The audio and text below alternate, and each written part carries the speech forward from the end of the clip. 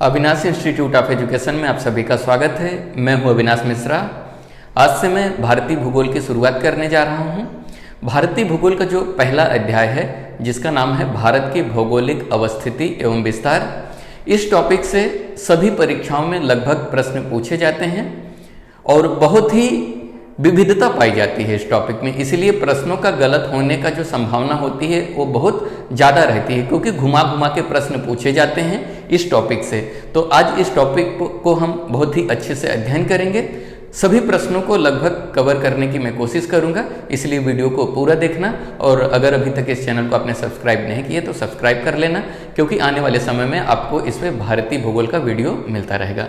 तो चलो लेक्चर शुरू करते हैं और समझते हैं। सबसे पहले हम देखेंगे भारत के पड़ोसी देशों के बारे में चर्चा करेंगे। भारत के कुल 7 पड़ोसी देश हैं जो भारत के स्थलीय सीमा से जुड़े हुए हैं। सबसे पहले स्थलीय सीमा क्या होती है आप इसको समझ लो। भारत का वो भाग जो जमीन से जुड़ा हुआ है उसे हम लोग स्थलीय सीमा कहते हैं, और भारत का वो भाग जो जल से जुड़ा हुआ है उसे हम लोग जलीय सीमा कहते हैं, नहीं तो तट कहते हैं। समझ में आ गया? इसको हम लोग जो पानी के अंदर वाला भाग है इसको हम तट भी कहते हैं, नहीं तो जलीय सीमा भी कहते हैं। तो भारत के 7 ऐसे पड़ोसी देश हैं जो भारत के स्थलीय सीमा के साथ जुड़े हुए हैं। तो यहाँ पे देखो, पश्चिम और उत्तर में है पाकिस्तान, अफगानिस्तान, उत्तर में है चीन, नेपाल, भूटान, और पूर्व में है म्यांमार और बांग्लादेश। समझ में आ गए? 7 ऐसे पड़ोसी देश हैं जो भारत के स्थलीय सीमा से जुड़े हुए हैं, और 2 ऐसे पड़ोसी देश हैं जो भारत के जलीय सीमा के साथ जुड़े हुए हैं। यहाँ पे श्रीलंका जो है भारत के जलीय सीमा के साथ जुड़ा हुआ है, और यहाँ पे जो है मालदीव है जो भारत के जलीय सीमा से जुड़ा हुआ है। 3 ऐसे देश हैं जो भारत के स्थलीय और जलीय दोनों सीमा के साथ जुड़े हुए हैं।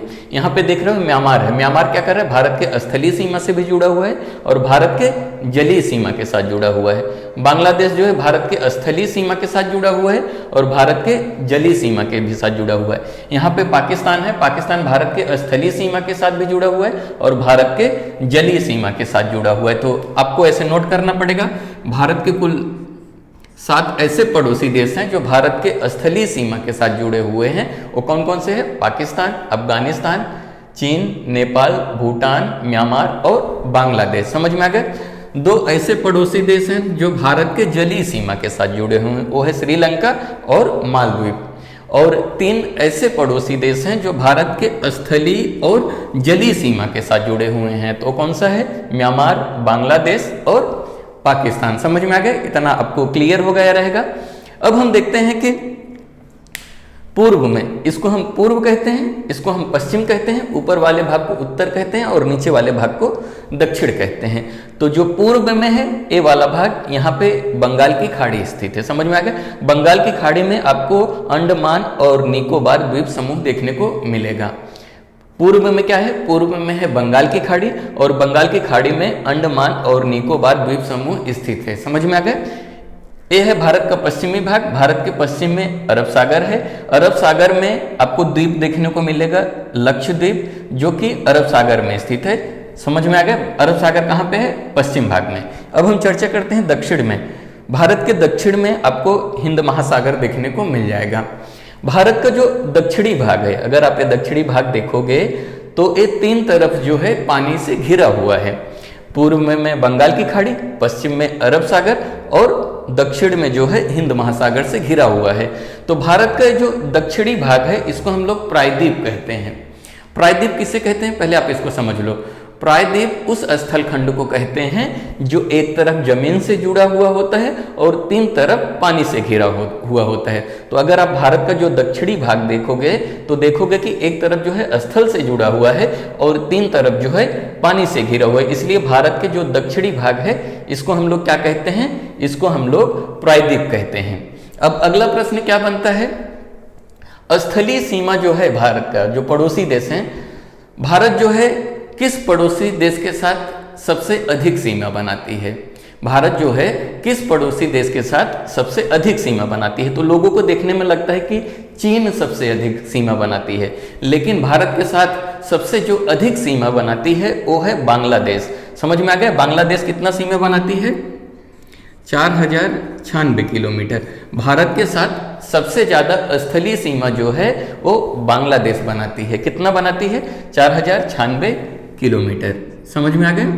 और सबसे कम कौन सा पड़ोसी देश सबसे कम भारत के साथ सीमा बनाती है? तो सबसे कम जो है अफगानिस्तान बनाती है। समझ में आ गया? कितना बनाती है? 106 किलोमीटर। भारत का वह पड़ोसी देश जो भारत के साथ सबसे अधिक सीमा बनाती है तो वो है बांग्लादेश, और सबसे कम जो सीमा बनाती है वो है अफगानिस्तान। यहाँ पे 106 किलोमीटर तक भारत के साथ सीमा बनाती है। इतना आपको क्लियर हो गया रहेगा। अब हम आगे चर्चा करते हैं। अगला प्रश्न बनता है कि भारत और पाकिस्तान के मध्य जो रेखा है उसे क्या कहते हैं? तो भारत और पाकिस्तान के एक रेखा खींची गई है। यहाँ से देख रहे हो, यहाँ से लेके यहाँ से आप देखिए, यहाँ से लेके यहाँ तक एक रेखा खींची गई है जो भारत और पाकिस्तान को अलग करती है। उस रेखा का नाम है रेड क्लिफ रेखा। रेड क्लिफ रेखा जो है भारत और पाकिस्तान की सीमा है, जो भारत और पाकिस्तान की सीमा निर्धारित करती है, जो दोनों देशों को एक दूसरे से अलग करती है। भारत और पाकिस्तान को अलग करने वाली रेखा को क्या कहते हैं? रेड क्लिफ कहते हैं। क्या कहते हैं? रेड क्लिफ कहते हैं। समझ में आ गया? फिर यहाँ पे अगला प्रश्न बनता है, पाकिस्तान और अफगानिस्तान को अलग करने वाले रेखा को क्या कहते हैं, या दोनों देशों को अलग करने वाली सीमा को क्या कहते हैं? तो डूरंड रेखा जो है अफगानिस्तान और पाकिस्तान दोनों देशों को अलग करती है। डूरंड रेखा जो है पाकिस्तान और अफगानिस्तान को अलग करती है। समझ में आ गया? और भारत और चीन के मध्य कौन सी सीमा है जो चीन और भारत को अलग करती है? तो मैकमोहन रेखा जो है चीन और भारत को अलग करती है। मैकमोहन रेखा जो है सिर्फ अरुणाचल प्रदेश में खींचा गया है। समझ में आ गया? भारत को जो अरुणाचल प्रदेश राज्य है वहां पे आपको मैकमोहन रेखा देखने को मिलेगा। बहुत ही इंपॉर्टेंट है, बहुत बार यह प्रश्न पूछा जा चुका है। समझ में आ गया? भारत और पाकिस्तान को अलग करने वाली सीमा को रेड क्लिफ रेखा कहते हैं, और अफगानिस्तान पाकिस्तान को अलग करने वाली सीमा को डूरंड रेखा कहते हैं। भारत और चीन को अलग करने वाली सीमा को मैकमोहन रेखा कहते हैं। मैकमोहन रेखा सिर्फ अरुणाचल प्रदेश में खींची गई है। समझ में आ गया? ऐसा भी कह सकते हो, अरुणाचल प्रदेश और चीन को अलग करने वाली सीमा है। समझ में आ गया? कौन सी सीमा? मैकमोहन। अब हम आगे बात करते हैं।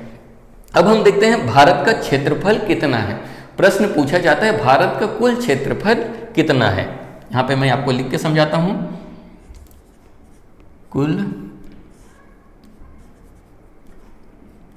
क्षेत्रफल, भारत का जो कुल क्षेत्रफल है वो 32,87,263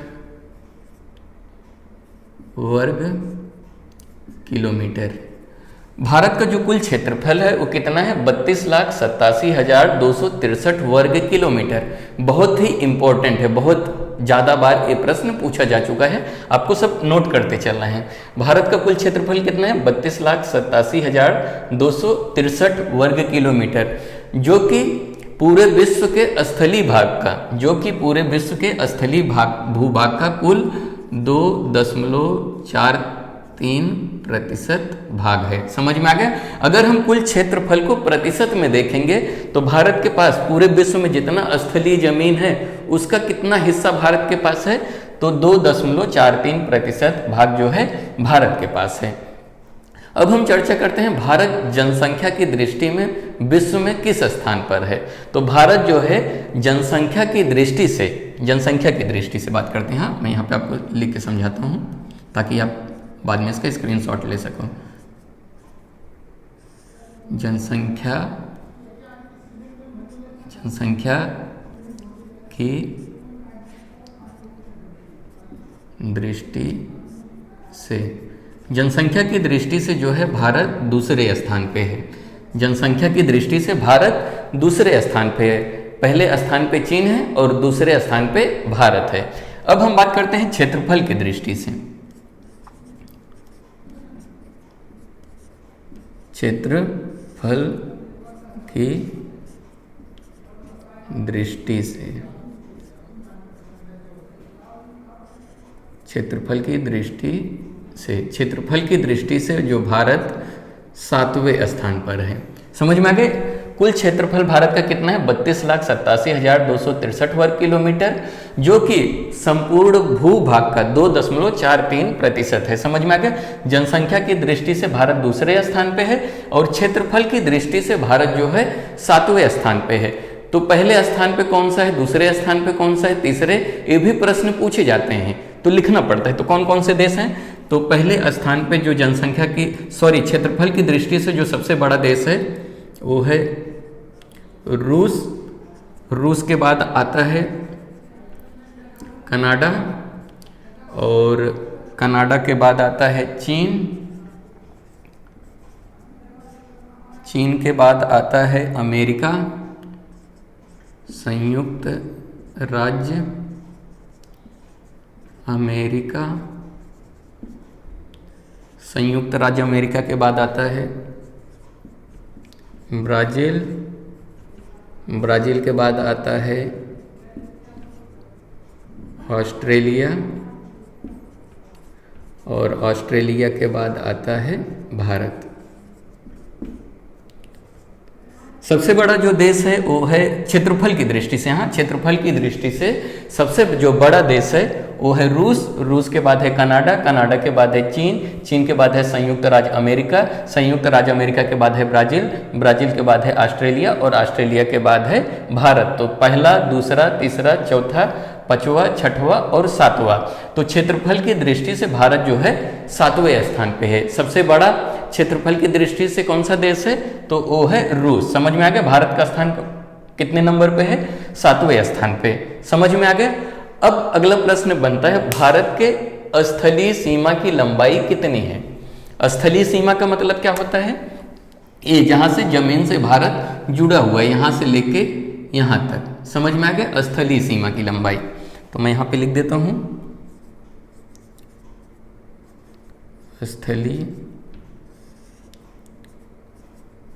स्थलीय सीमा की लंबाई कितनी है? स्थलीय सीमा की जो लंबाई है भारत की, यहां से लेके और यहां तक, जो भारत जो है जमीन से जुड़ा हुआ है, तो वो है 15,200 किलोमीटर। अब अगला प्रश्न बनता है, भारत के तट की कितनी लंबाई है या जलीय सीमा की कितनी लंबाई है?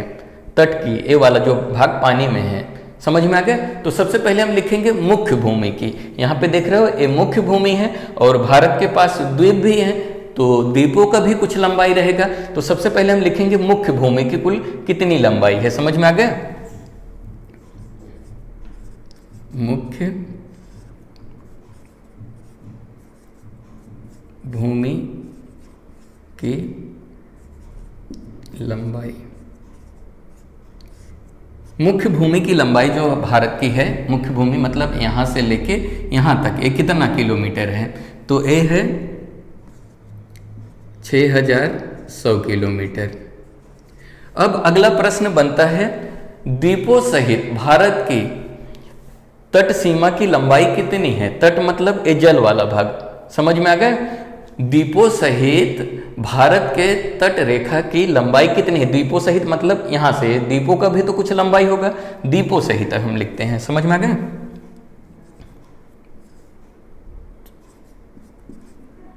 द्वीपों सहित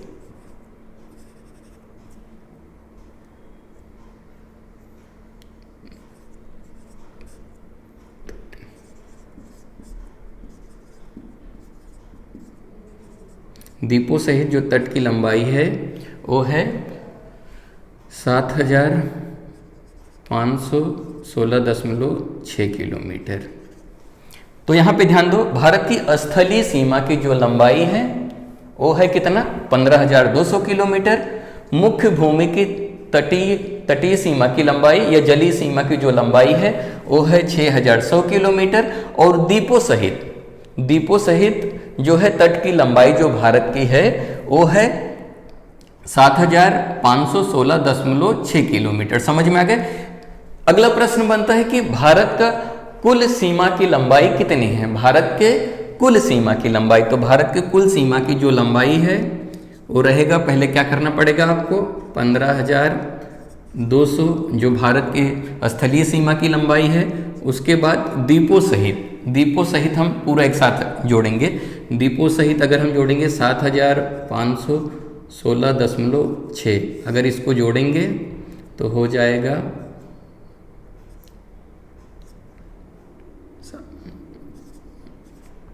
22,716.6 किलोमीटर। तो भारत के कुल सीमा की लंबाई, यानी कि यहाँ से लेके पूरा यहाँ और द्वीपों सहित कुल सीमा की लंबाई जो है 22,716.6 किलोमीटर है। समझ में आ गया? अब हम आगे देखते हैं, थोड़ा इसको मिटाना पड़ेगा ताकि मैं आगे लिख सकूं। अगर आपको स्क्रीनशॉट लेना है तो ले सकते हो। ले लिया? ठीक है, चलो।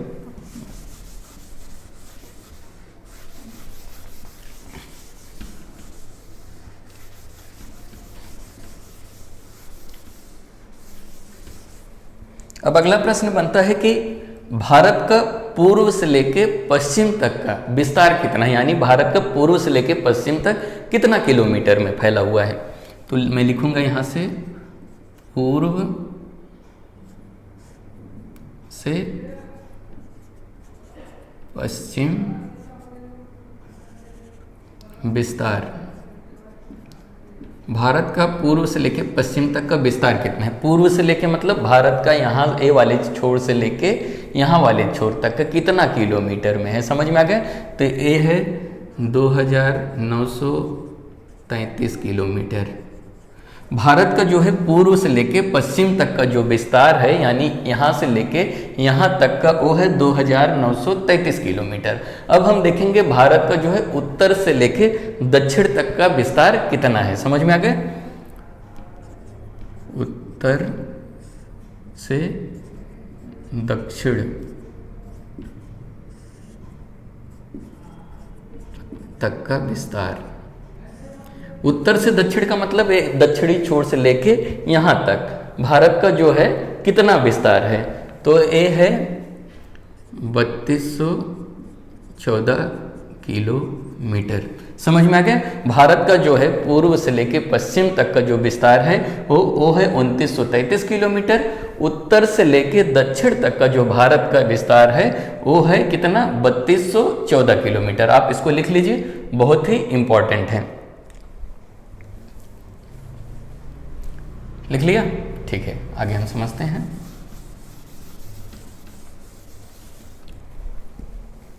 भारत के मध्य से कर्क रेखा गुजरती है। यहाँ पे देख रहे हो, ये वाला जो रेखा है ये है कर्क रेखा। भारत के मध्य से जो है कर्क रेखा गुजरती है। तो कर्क रेखा कितने देशांतर या कितने अक्षांश पर स्थित है, ऐसा प्रश्न पूछा जाता है। कभी कभी उसको अक्षांश भी पूछा जाता है, कभी कभी देशांतर पूछा जाता है। तो आपको मालूम होना चाहिए जो 23.5 डिग्री उत्तरी अक्षांश पर 23.5 डिग्री उत्तरी अक्षांश रेखा जो गुजरती है उसे हम लोग कर्क रेखा कहते हैं। कर्क रेखा जो है भारत के मध्य से गुजरती है। भारत के मध्य से कौन सी रेखा गुजरती है? कर्क रेखा गुजरती है। कर्क रेखा का जो स्थिति है वो क्या है, 23.5 डिग्री उत्तरी अक्षांश, यानी जो 23.5 डिग्री उत्तरी अक्षांश है वो कर्क रेखा है जो कि भारत के मध्य से गुजरती है। अभी इसके ऊपर प्रश्न पूछा जाता है कि कर्क रेखा भारत के किन राज्यों से होकर गुजरती है। कर्क रेखा जो है भारत के किन राज्यों से होकर गुजरती है और कर्क रेखा भारत के कितने राज्यों से होकर गुजरती है। तो कर्क रेखा जो है भारत के 8 राज्यों से होकर गुजरती है। तो कर्क रेखा जो है भारत के 8 राज्यों से होकर गुजरती है। तो कौन कौन से राज्य हैं? पश्चिम से पूर्व की तरफ हम देखेंगे तो पहला जो है गुजरात, राजस्थान, मध्य प्रदेश और यहाँ पे होगा छत्तीसगढ़, झारखंड, पश्चिम बंगाल, त्रिपुरा और मिजोरम। कौन कौन से हैं? यहाँ पे देखो, पहला है गुजरात, दूसरा है राजस्थान, तीसरा है मध्य प्रदेश और चौथा जो रहेगा छत्तीसगढ़, पांचवा रहेगा झारखंड, छठवां रहेगा पश्चिम बंगाल, सातवां रहेगा त्रिपुरा और आठवां जो रहेगा वो रहेगा मिजोरम। समझ में आ गया? कर्क रेखा भारत के मध्य से गुजरती है। समझ में आ गया? स्थिति क्या है? 23.5 डिग्री उत्तरी अक्षांश जो है वो है कर्क रेखा जो कि भारत के 8 राज्यों से होकर गुजरती है। समझ में आ गया? इतना याद रखना। अब हम अगले प्रश्न के बारे में चर्चा करेंगे। अभी अगला प्रश्न बनता है कि भारत के तट पर स्थित कितने राज्य हैं? भारत के तट पर कितने राज्य स्थित हैं और वो कौन कौन से हैं? तो भारत के तट पर कुल 9 राज्य स्थित हैं। भारत के तट पर कुल 9 राज्य स्थित हैं। भारत का तट मतलब ए वाला भाग जो पानी के अंदर है। तो कुल कितने राज्य स्थित हैं? 9 राज्य स्थित हैं। कौन कौन से हैं? गुजरात, महाराष्ट्र, गोवा, कर्नाटक, केरला, तमिलनाडु, आंध्र प्रदेश, उड़ीसा, पश्चिम बंगाल। इसको हम लोग पूर्वी तट कहते हैं, इसको हम लोग पश्चिमी तट कहते हैं। तो कभी कभी पूछा जाता है भारत के पूर्वी तट पर, भारत के पूर्वी तट पे कितने राज्य स्थित हैं? तो कितने राज्य स्थित हैं? 1 2 3 4। वो कौन कौन से हैं?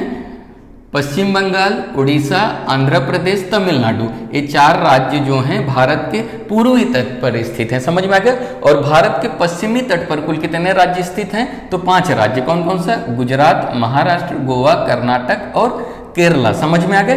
ये याद रखना, भारत के तट पर कुल 9 राज्य स्थित हैं, जिसमें से पूर्वी तट पे 4 राज्य स्थित हैं, पश्चिमी तट पे कुल 5 राज्य स्थित हैं। तो 9 राज्य कौन कौन से हैं? गुजरात, महाराष्ट्र, गोवा, कर्नाटक, केरला, तमिलनाडु, आंध्र प्रदेश, उड़ीसा और पश्चिम बंगाल। समझ में आ गया? इतना आप लिख लेना और अच्छे से इसको समझ लेना। आप इसको समझोगे कैसे? आपको इसके लिए क्या करना पड़ेगा? आपको जो भारत का राजनीतिक मानचित्र है वो आपको सामने रखना पड़ेगा, और विश्व का जो मानचित्र है वो दोनों जब आप सामने रखोगे, उसको देखोगे, तो आपको धीरे धीरे क्या होता जाएगा? याद होता जाएगा। समझ में आ गया? अब हम चर्चा करते हैं भारत के भारतीय मानक समय के बारे में। तो यहाँ पे एक बहुत ही इंपॉर्टेंट बात है। सबसे पहले देखो, यहाँ पे भारत के मध्य से जो है कर्क रेखा गुजरती है और यहाँ पे एक रेखा जाती है। यहाँ पे वाला भाग जो है ये है भारत का भारतीय मानक समय। ये क्या होता है? भारत का भारतीय मानक समय जो होता है, यहाँ पे जो समय निर्धारित किया जाएगा वो समय पूरे भारत में माना जाएगा। तो प्रश्न ये बनता है कि भारत का जो भारतीय मानक समय है वो कितने देशांतर पर स्थित है? तो कितने देशांतर पर स्थित है? भारत का जो भारतीय मानक समय है 82.5 डिग्री पूर्वी देशांतर।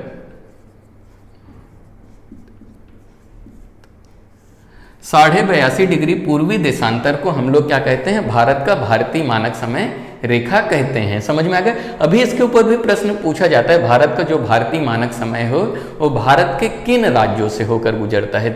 बहुत ही इंपॉर्टेंट है, प्रश्न बनता है। तो कौन कौन से राज्य से? उत्तर प्रदेश, मध्य प्रदेश, छत्तीसगढ़, उड़ीसा और आंध्र प्रदेश। कितने राज्यों से होकर गुजरती है? 5 राज्यों से होकर गुजरती है। भारत का भारतीय मानक समय रेखा भारत के 5 राज्यों से होकर गुजरती है। कौन कौन सा? उत्तर प्रदेश, मध्य प्रदेश, छत्तीसगढ़, उड़ीसा और आंध्र प्रदेश। बहुत ही इंपॉर्टेंट है, आप इसको लिख लो और अच्छे से समझ लो। समझ में आ गया?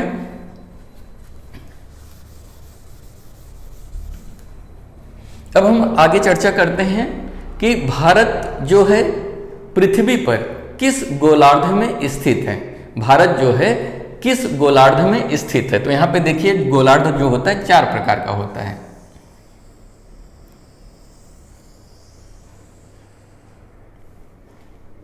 विषुवत रेखा क्या करती है? पृथ्वी को 2 बराबर भागों में विभाजित करती है। पहले तो आप ये समझ लो, जितनी भी अक्षांश और देशांतर रेखाएं हैं वो काल्पनिक रेखाएं हैं। पृथ्वी के ऊपर ऐसी कोई रेखाएं नहीं खींची गई हैं। ये सारी की सारी रेखाएं जो हैं ग्लोब के ऊपर खींची गई हैं। अगर आपको अक्षांश और देशांतर अच्छे से समझना है तो मैंने इसका एक वीडियो पहले से बनाया है, उसका डिस्क्रिप्शन में लिंक दिया है, आप जाके उसको देख लेना। जब आप उसको देख लोगे तो आपको अच्छे से समझ में आ जाएगा। ठीक है? तो यहाँ पे देखो, प्रश्न बनता है भारत जो है किस गोलार्ध में स्थित है। ये मान लेते हैं पृथ्वी है, पृथ्वी के मध्य में एक रेखा गुजरती है जिसे हम लोग विषुवत रेखा, भूमध्य रेखा या इक्वेटर कहते हैं। विषुवत रेखा जो है 0 डिग्री अक्षांश कहा जाता है। तो विषुवत रेखा के ऊपर वाले जितने भी देश होते हैं उसे उत्तरी गोलार्ध का देश कहा जाता है। विषुवत रेखा के नीचे जितने भी देश होते हैं उसे दक्षिणी गोलार्ध का देश कहा जाता है। तो ये गोलार्ध का मतलब क्या होता है? गोले का आधा। यहाँ पे देख रहे हो एक गोला है, अगर हम इसको बीच से ऐसे काट देंगे तो क्या हो जाएगा, आधा ऊपर हो जाएगा आधा नीचे हो जाएगा। तो ऊपर वाले हम लोग भाग को क्या कहते हैं, उत्तरी गोलार्ध कहते हैं, और नीचे वाले आधे भाग को हम लोग दक्षिणी गोलार्ध कहते हैं। विषुवत रेखा के ऊपर जितने भी देश स्थित होते हैं उसे उत्तरी गोलार्ध का देश कहा जाता है, और विषुवत रेखा के नीचे जितने भी देश स्थित होते हैं उसे दक्षिणी गोलार्ध का देश कहा जाता है। अभी भारत यहां पे स्थित है, तो भारत किस गोलार्ध में स्थित है, भारत जो है उत्तरी गोलार्ध में स्थित है। क्यों उत्तरी गोलार्ध में स्थित है, क्योंकि भारत जो है विषुवत रेखा के ऊपर स्थित है, यानी उत्तर की तरफ स्थित है। समझ में आ गया, ये हो गया उत्तर एवं दक्षिणी गोलार्ध। तो पृथ्वी के ऊपर कुल 4 गोलार्ध हैं, कौन कौन से, उत्तर, दक्षिण, पूर्व, पश्चिम। तो एक देशांतर रेखा है 0 डिग्री जो लंदन के ग्रीनविच से गुजरती है। ग्रीनविच से जो लंदन में एक जगह है ग्रीनविच, वहां से जो देशांतर रेखा गुजरती है उसे हम लोग 0 डिग्री देशांतर रेखा कहते हैं। ये क्या करती है, पृथ्वी को 2 अलग अलग बराबर भागों में बांटती है, पूर्व और पश्चिम में। देखो पहले आप समझो, कुल देशांतर रेखाएं कितनी हैं, 360 हैं। कुल देशांतर रेखाएं कितनी हैं, 360 हैं। यहां से लेके 180 तक यानी कि आधा हो जाएगा। आप एक गोला ले लीजिए और बीचों बीच आप काट दीजिए, आधे भाग एक क्या हो गया, पूर्वी हो गया, एक क्या हो गया, पश्चिमी हो गया। समझ में आ गया, यहां से लेके यहां तक 180 तक क्या हो जाएगा, आधा हो जाएगा। यहां से लेके 180 तक क्यों, क्योंकि 360 देशांतर रेखाएं होती हैं। तो इस वाले भाग को हम लोग क्या कहते हैं, पूर्वी गोलार्ध कहते हैं, और 0 डिग्री से इधर पीछे की तरफ हम लोग पश्चिमी गोलार्ध कहते हैं। तो भारत यहां पे स्थित है। तो भारत जो है उत्तर एवं पूर्वी गोलार्धों में स्थित है। देख रहे हो देशांतर, जो देशांतर 0 डिग्री ग्रीनविच रेखा के पूर्व में होने के कारण भारत जो है पूर्वी गोलार्ध में स्थित है। विषुवत रेखा के ऊपर यानी उत्तर की तरफ होने के कारण भारत जो है उत्तरी गोलार्ध में, इसलिए भारत जो है उत्तर एवं पूर्वी गोलार्ध में स्थित है। अगर आपको प्रश्न में ऑप्शन खाली आएगा उत्तर, पूर्व, दक्षिण, पश्चिम, तो आपको लिखना रहेगा उत्तरी गोलार्ध। समझ में आ गया। अगर आपको उत्तर पूर्व, दक्षिण पश्चिम, पश्चिम उत्तर इस प्रकार 2-2 करके ऑप्शन आते हैं तो आपको क्या लिखना रहेगा, भारत जो है उत्तर एवं पूर्वी गोलार्धों में स्थित है। समझ में आ गया, याद रखना बहुत ही इंपॉर्टेंट है। अब अगला प्रश्न बनता है कि भारत किस महाद्वीप पे स्थित है। जैसा कि आपको मालूम है भारत के विश्व में कुल 7 महाद्वीप हैं। समझ में आ गया, विश्व में कुल 7 महाद्वीप हैं। तो भारत जो है एशिया महाद्वीप के द्वीप पर स्थित है। भारत एशिया महाद्वीप के दक्षिण भाग में स्थित है। यहाँ पे मैं आपको समझाता हूँ, ये मान लेते हैं एक रफ मैं बना देता हूँ एशिया महाद्वीप का। ये मान लेते हैं एशिया महाद्वीप है और यहाँ पे मान लेते हैं भारत है। तो ये एशिया महाद्वीप है, एशिया महाद्वीप। एशिया महाद्वीप के भारत जो है यहाँ पे स्थित है। भारत का आपको दक्षिणी भाग दिखाई दे रहा होगा यहाँ पे। तो एशिया महाद्वीप के जो भारत है कहाँ पे स्थित है, दक्षिण में स्थित है। समझ में आ गया। और एशिया महाद्वीप के मध्य में, मध्य भाग के दक्षिण में स्थित है। भारत जो है एशिया महाद्वीप के दक्षिण में स्थित है। याद रखना बहुत ही इंपॉर्टेंट है।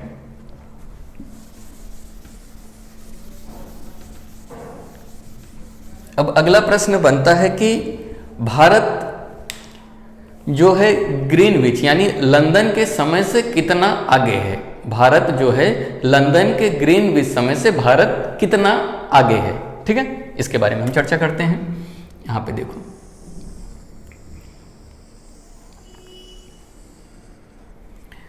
भारत का जो भारतीय मानक समय है वो कितने डिग्री पर स्थित है, 82.5 डिग्री पे स्थित है ना।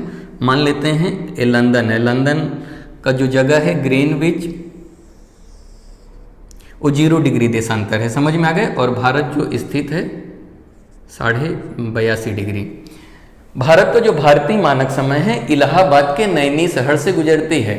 ये जो भारत का भारतीय मानक समय रेखा है इलाहाबाद के नैनी से गुजरती है। समझ में आ गया। ये भी कभी कभी प्रश्न पूछा जाता है। और यहाँ पे जो समय रहेगा वो पूरे भारत में समय माना जाएगा। ठीक है, तो अभी प्रश्न बनता है कि भारत का समय लंदन से कितना आगे है। समझ में आ गया? तो आप कैसे इसको निकालोगे? भारत के ऊपर कुल कितनी देशांतर रेखाएं हैं? 360 देशांतर रेखाएं हैं। 360 देशांतर रेखाएं हैं। भारत को, पृथ्वी को अपने अक्ष पर एक चक्कर लगाने के लिए कितना समय लगता है? पृथ्वी पर कुल कितनी देशांतर रेखाएं? 360। समझ में आ गया? पृथ्वी को अपने अक्ष पर एक चक्कर लगाने में कितना समय लगता है? 24 घंटे का वक्त लगता है। 24 को अगर हम मिनट में बदलेंगे तो 24 गुणे 60 करना पड़ेगा, मतलब 1 घंटे में 60 मिनट होते हैं। तो आता है 1440। 1440 को 360 भाग दे देंगे। 360 मतलब कुल देशांतर रेखाओं की संख्या कितनी है? 360 है। और पृथ्वी को अपने अक्ष पर एक चक्कर लगाने के लिए 1440 मिनट का वक्त लगता है। अगर हम 360 से भाग देंगे तो हो जाएगा 4 मिनट। यानी कि पृथ्वी को एक देशांतर घूमने के लिए कितना समय लगता है? 4 मिनट। पृथ्वी क्या करती है? पश्चिम से पूर्व की तरफ घूमती है। तो एक देशांतर घूमने के लिए, यहाँ पे देखो, एक देशांतर मतलब मान लेते हैं 0 डिग्री देशांतर, और एक पश्चिम से पूर्व की तरफ, यानी यहाँ से यहाँ तक भारत को, पृथ्वी को घूमने के लिए जो है 4 मिनट का वक्त लगता है। यानी एक देशांतर घूमने के लिए 4 मिनट का वक्त लगता है। तो लंदन में, अगर लंदन कहाँ पे है? 0 डिग्री देशांतर में। भारत कहाँ पे है? 82.5 डिग्री, जो भारत का भारतीय मानक समय रेखा है। यहाँ पे जो समय निर्धारित किया जाएगा वही समय पूरे भारत का माना जाएगा। तो अभी हम इसको कैसे निकालेंगे? 82.5 को हम लोग क्या करेंगे? 4 से गुणा कर देंगे। 4 मतलब एक देशांतर घूमने के लिए कितना समय लगता है? 4 मिनट का वक्त लगता है। तो 82.5 डिग्री गुणे 4 करेंगे तो हमें मिनट में मालूम पड़ जाएगा, हो जाएगा 330 मिनट। 330 मिनट को अगर हम घंटे में बदलेंगे तो हो जाएगा 5.5 घंटा। समझ में आ गया? तो भारत जो है लंदन के समय से, या भारत जो है ग्रीनविच के समय से 5.5 घंटा आगे है। आगे क्यों है? जो देश पूर्वी गोलार्ध में होते हैं उनका समय आगे होता है, और जो देश पश्चिम की तरफ होते हैं उनका समय पीछे होता है। जो देश पूर्व की तरफ होते हैं उनका समय आगे होता है, जो देश पश्चिम की तरफ होते हैं उनका समय पीछे होता है। तो ग्रीनविच से भारत का समय कितना आगे है? 5.5 घंटा आगे है। याद रखना, बहुत इंपॉर्टेंट है।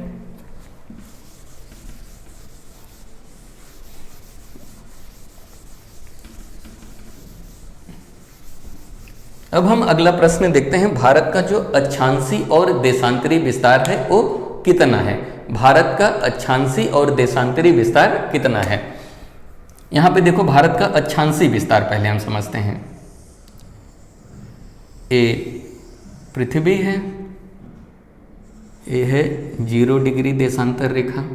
इसके लिए आपको जो मेरा अक्षांश और देशांतर रेखा वाला वीडियो है वो आपको देखना पड़ेगा। अगर आप उसको देख लोगे तो आपका सारा कॉन्सेप्ट अच्छे से समझ में आ गया। भारत का अक्षांशी विस्तार कितना है? तो देखो, पृथ्वी क्या होती है? भूमध्य रेखा पृथ्वी को 2 बराबर भागों में विभाजित करती है। ऊपर को हम लोग उत्तरी गोलार्ध और नीचे को दक्षिणी गोलार्ध। अभी अक्षांश रेखा क्या होती है? विषुवत रेखा के समानांतर प्रत्येक डिग्री पर खींची गई रेखाओं को हम लोग क्या कहते हैं? देशांतर रेखाएं कहते हैं। तो 0 डिग्री के बाद भारत की शुरुआत यहाँ से होती है, यहाँ से भारत की शुरुआत होती है। भारत की शुरुआत होती है 8 डिग्री 4 मिनट उत्तरी अक्षांश से। भारत की शुरुआत यहाँ से होती है और भारत यहाँ पे ख़त्म होता है। यहाँ पे ए वाले भाग पे भारत क्या होता है? ख़त्म हो जाता है। तो भारत ख़त्म होता है 37 डिग्री 6 मिनट उत्तरी अक्षांश पे। 0 डिग्री से लेके एक डिग्री के अंतराल पर ऐसी कुल 90 अक्षांश रेखाएं आपको उत्तर में देखने को मिलेगा, और 0 डिग्री से लेके एक डिग्री के अंतराल पर 90 अक्षांश रेखाएं आपको दक्षिण भाग में देखने को मिलेगा। 0 डिग्री से करके 1 डिग्री 2 डिग्री 3 डिग्री ऐसे करके 8 डिग्री से भारत की शुरुआत होती है, और 8 डिग्री के बाद 9, 10, 12, 13 ऐसे करते करते चले जाओगे तो यहाँ पे 37 डिग्री 6 मिनट उत्तरी अक्षांश पे भारत खत्म हो जाता है। तो भारत की शुरुआत कहाँ पे होती है? 8 डिग्री 4 मिनट से होती है, और 37 डिग्री 6 मिनट जो है भारत खत्म हो जाता है। तो भारत का अक्षांशी विस्तार कितना है? आप कैसे लिखोगे इसको? आप लिखोगे भारत का जो अक्षांशी विस्तार है,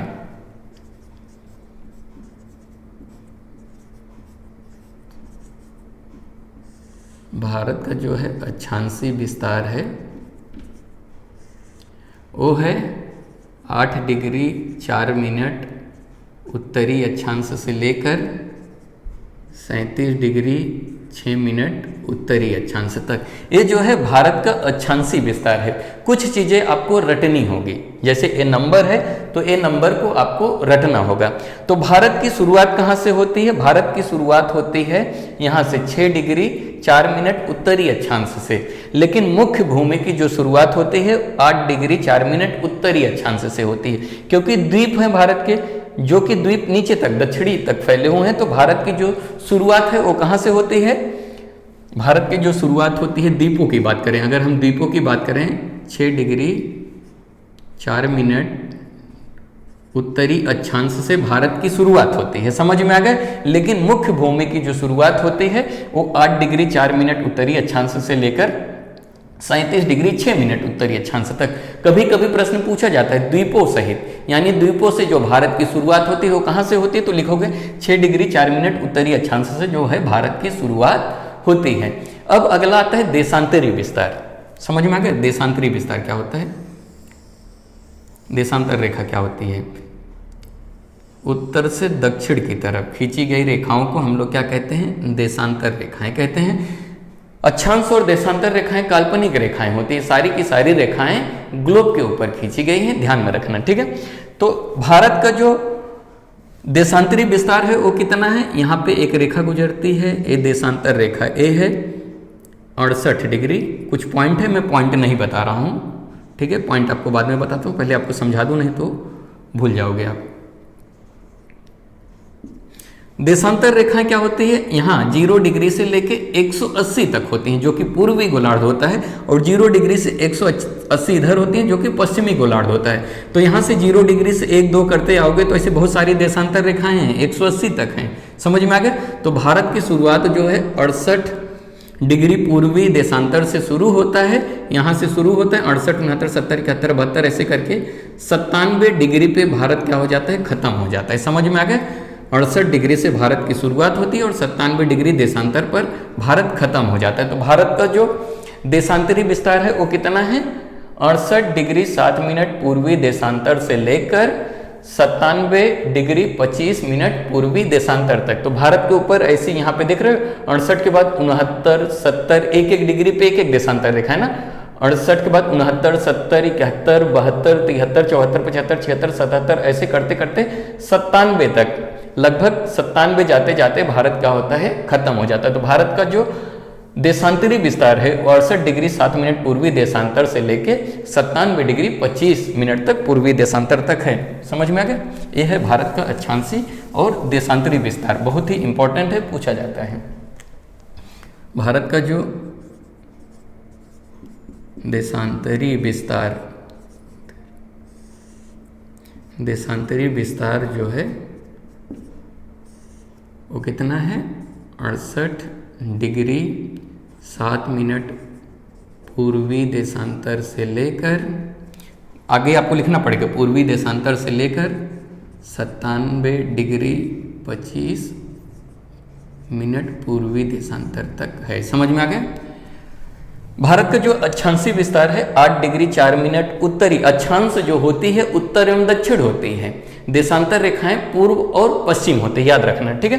भारत का अक्षांशी विस्तार 8 डिग्री 4 मिनट उत्तरी अक्षांश से लेकर 37 डिग्री 6 मिनट उत्तरी अक्षांश तक। और द्वीपों की बात करें तो द्वीपों की शुरुआत यहाँ से होती है, यानी भारत के द्वीपों की शुरुआत 6 डिग्री 4 मिनट उत्तरी अक्षांश से होती है और मुख्य भूमि की जो है 8 डिग्री 4 मिनट उत्तरी अक्षांश से होती है। भारत का जो देशांतरी विस्तार है वो है 68 डिग्री 7 मिनट पूर्वी देशांतर से लेके 97 डिग्री पूर्वी देशांतर तक। अब अगला प्रश्न इसके ऊपर बनता है कि भारत के ऊपर कुल कितनी देशांतर रेखाएं गुजरते हैं। यहाँ पे देख रहे हो 68 से लेके 97 डिग्री तक भारत का जो है विस्तार है, तो इसके बीच में बहुत सारे एक डिग्री पे क्या होती होंगी? देशांतर रेखाएं गुजरती होंगी। तो भारत के ऊपर कुल कितनी देशांतर रेखाएं गुजरती हैं? अगर आप 97 से 68 को माइनस करोगे और ये जो पॉइंट वाला है इसको भी अगर आप नंबर ले लोगे तो लगभग भारत के ऊपर कुल 30 देशांतर रेखाएं गुजरती हैं। भारत के ऊपर कुल कितनी देशांतर रेखाएं गुजरती हैं? कुल 30 देशांतर रेखाएं गुजरती हैं। अभी होता क्या है, पृथ्वी जो है पश्चिम से पूर्व की तरफ घूमती है ना। अभी यहाँ पे देखो प्रॉब्लम कैसा होता है कि भारत के ऊपर कुल कितनी देशांतर रेखाएं गुजरती हैं? 30 देशांतर रेखाएं। तो अरुणाचल प्रदेश क्या होता है, सूर्य के सामने सबसे तरफ आता है। जब पृथ्वी ऐसे घूमेगी तो ये जो अरुणाचल प्रदेश है पूर्वी छोर है और गुजरात जो है पश्चिमी छोर है। तो अरुणाचल प्रदेश जो है सूर्य के सामने सबसे पहले आती है, इसलिए सबसे पहले सुबह यहाँ पे होती है और उसके बाद यहाँ पे होती है। तो अगर हम समय की बात करें तो अरुणाचल प्रदेश से गुजरात के मध्य कितना समय का अंतर पाया जाता है? प्रश्न पूछा जाता है अरुणाचल प्रदेश से लेके गुजरात तक, भारत में अरुणाचल प्रदेश से लेके गुजरात तक समय में कितना अंतर पाया जाता है? तो अभी आपको मालूम है भारत के ऊपर लगभग कुल 30 देशांतर रेखाएं गुजरती हैं और एक देशांतर रेखा पृथ्वी को घूमने के लिए 4 मिनट का वक्त लगता है। अगर हम 30 गुणे 4 करेंगे तो आ जाता है 120 मिनट। 120 मिनट को अगर हम घंटे में बदलेंगे तो हो जाता है 2 घंटा। अगर अरुणाचल प्रदेश में सुबह 7 बजे धूप निकलेगा तो 2 घंटे बाद गुजरात में निकलेगा। 2 घंटे बाद गुजरात में सुबह, अगर यहाँ पे 7 बजे धूप निकलता है तो यहाँ पे 9 बजे निकलेगा। ऐसा क्यों? क्योंकि पृथ्वी जो है पश्चिम से पूर्व की तरफ घूमती है और जो है अरुणाचल प्रदेश सबसे पूर्वी छोर है, तो सबसे पहले सुबह यहाँ होगा। जैसा कि आपको मालूम है पृथ्वी को एक देशांतर घूमने के लिए 4 मिनट का वक्त लगता है। अब भारत के ऊपर लगभग कुल 30 देशांतर रेखाएं घूमती हैं, तो यानी 4-4 मिनट करते हुए 30 देशांतर घूमने के लिए पृथ्वी को कितना कुल 2 घंटे का समय लगेगा। समझ में आ गया? इसीलिए अरुणाचल प्रदेश में सबसे पहले सुबह होती है और 2 घंटे बाद गुजरात में सुबह होती है। कितना अंतर पाया जाता है? 2 घंटे का अंतर पाया जाता है। समझ में आ गया? सबसे पहले जो है अगर यहाँ पे सुबह जो है अरुणाचल प्रदेश में 5 बजे होती है तो गुजरात में कितने बजे होगा? गुजरात में जो होगा 7 बजे सुबह होगा, 2 घंटे बाद। समझ में आ गया? तो क्या वाकई में भारत में यहाँ का अरुणाचल प्रदेश का समय और गुजरात का समय अलग अलग रहेगा?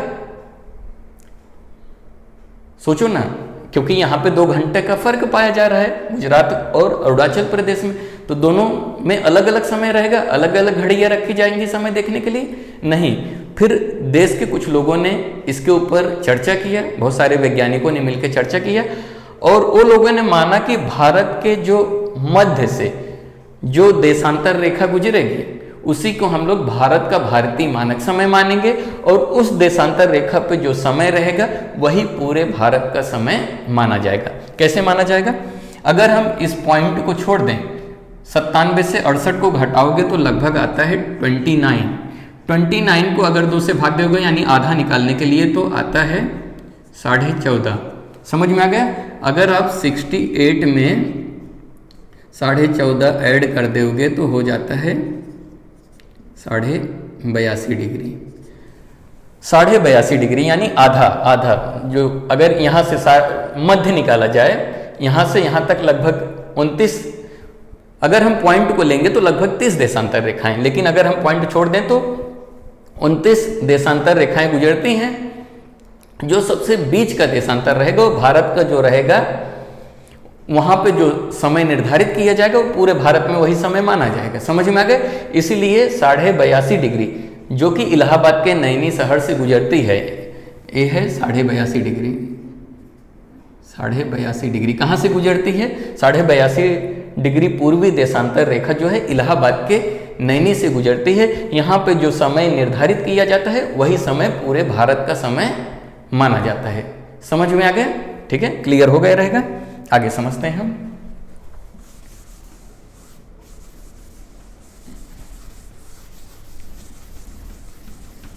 अब हम आगे चर्चा करते हैं कि यहां पे भारत का जो सबसे पूर्वी छोर है, सबसे पूर्वी बिंदु है, यहां पे ए वाला वो कौन सा है? पूर्वी बिंदु, पश्चिमी बिंदु, उत्तरी बिंदु एवं दक्षिणी बिंदु। तो भारत का जो सबसे पूर्वी बिंदु है, अंतिम बिंदु जिसे कहते हैं पूर्वी, भारत का जो सबसे पूर्वी छोर है, सबसे पूर्वी बिंदु है, उसे कहते हैं किबिथु। क्या कहते हैं? किबिथु कहते हैं। किबिथु कहाँ पे है? अरुणाचल प्रदेश। समझ में आ गया? सबसे पूर्वी जो राज्य है अरुणाचल प्रदेश है, सबसे पश्चिमी जो राज्य है वो क्या है? गुजरात है। तो किबिथु जो है सबसे पूर्वी बिंदु है। पश्चिमी बिंदु देखते हैं, पश्चिमी, भारत का जो पश्चिमी बिंदु है वो है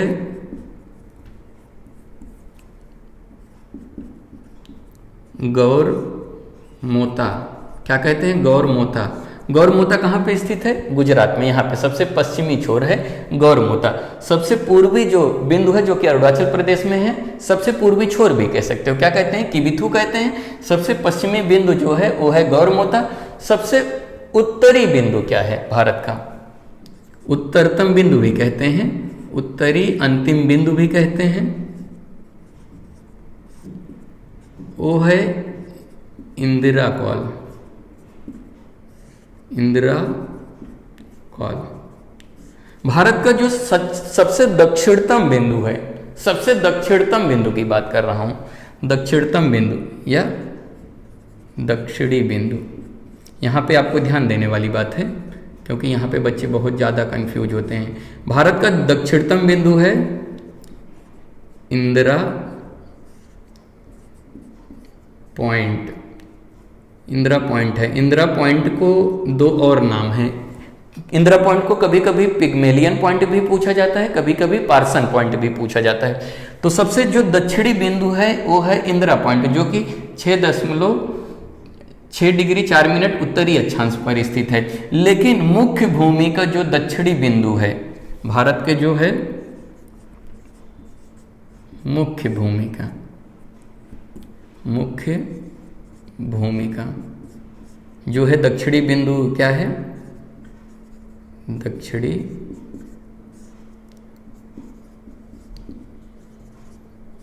मुख्य भूमि का दक्षिणी बिंदु है कन्याकुमारी। कन्याकुमारी कहाँ पे स्थित है? तमिलनाडु में। भारत का जो मुख्य भूमि का दक्षिणी छोर है वो है कन्याकुमारी, जो कि 8 डिग्री 4 मिनट उत्तरी अक्षांश पर स्थित है, जो कि तमिलनाडु में है। समझ में आ गया? सबसे पूर्वी छोर किबिथु है, पश्चिमी छोर जो है गौरमोता है, उत्तरी जो छोर है सबसे उत्तरी बिंदु इंदिरा कॉल है, सबसे दक्षिणी छोर, भारत का सबसे सुदूर दक्षिणी छोर है इंदिरा पॉइंट, और मुख्य भूमि का जो दक्षिणी छोर है वो है कन्याकुमारी। समझ में आ गया? बहुत ही इंपॉर्टेंट है, इसका स्क्रीनशॉट ले लो और अच्छे से इसको समझ दो। अब अगला प्रश्न बनता है कि कौन सा पड़ोसी देश भारत के किन राज्यों के साथ सीमा बनाती है। तो सबसे पहले हम देखेंगे पाकिस्तान भारत के किस राज्यों के साथ सीमा बनाती है।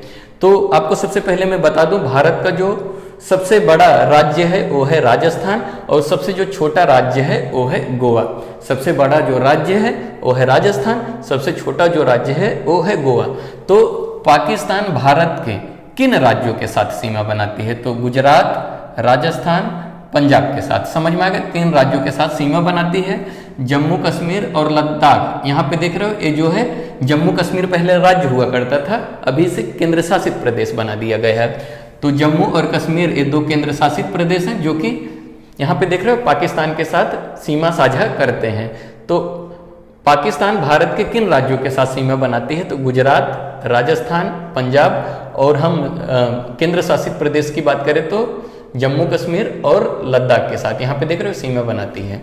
फिर अफगानिस्तान भारत के किस राज्यों के साथ सीमा बनाती है? तो लद्दाख के साथ, जो कि एक केंद्र शासित प्रदेश है। समझ में आ गया? चीन भारत के किन राज्यों के साथ सीमा बनाती है? तो चीन यहाँ से देख रहे हो, यहाँ से पूरा चीन है, तो लद्दाख केंद्र शासित प्रदेश के साथ हो गया, हिमाचल प्रदेश राज्य है, उत्तराखंड हो गया, यहाँ पे देख रहे हो सिक्किम, यहाँ पे देख रहे हो अरुणाचल प्रदेश। चीन भारत के किन राज्यों के साथ सीमा बना रही है? तो पहले केंद्र शासित प्रदेश लद्दाख के साथ, यहाँ पे हिमाचल प्रदेश, उत्तराखंड, सिक्किम और अरुणाचल प्रदेश के साथ। समझ में आ गया? फिर अगला प्रश्न बनता है कि नेपाल भारत के किन राज्यों के साथ सीमा बनाती है? तो आप यहाँ पे बताओगे उत्तराखंड, उत्तर प्रदेश, बिहार, पश्चिम बंगाल और सिक्किम के साथ। इसको आप कैसे समझोगे? आप भारत का राजनीतिक मानचित्र ले लोगे और उसको बार बार देखोगे, लिख के समझोगे तो आपको याद हो जाएगा। ठीक है, यहाँ पे भूटान है, भूटान भारत के किन राज्यों के साथ? सिक्किम, यहाँ पे देख रहे हो कोने में सिक्किम है, यहाँ पे थोड़ा सा पश्चिम बंगाल, यहाँ पे असम है, यहाँ पे अरुणाचल प्रदेश है। समझ में आ गया? म्यांमार की बात करते हैं तो म्यांमार जो है अरुणाचल प्रदेश के साथ, नागालैंड के साथ, मणिपुर के साथ और यहाँ पे मिजोरम के साथ जो है सीमा बनाती है। बांग्लादेश, बांग्लादेश किन राज्यों के साथ सीमा बनाती है? पश्चिम बंगाल हो गया, यहाँ पे देख रहे हो, यहाँ तक पश्चिम बंगाल, यहाँ पे असम, यहाँ पे मेघालय, असम हो गया, मेघालय हो गया, यहाँ पे त्रिपुरा हो गया। समझ में आ गया? तो ये था बांग्लादेश जो है भारत के राज्यों के साथ सीमा बनाती है। तो ये सब हो गया, आपको थोड़ा सा देख लो, यहाँ पे स्क्रीनशॉट लेना है तो ले सकते हो।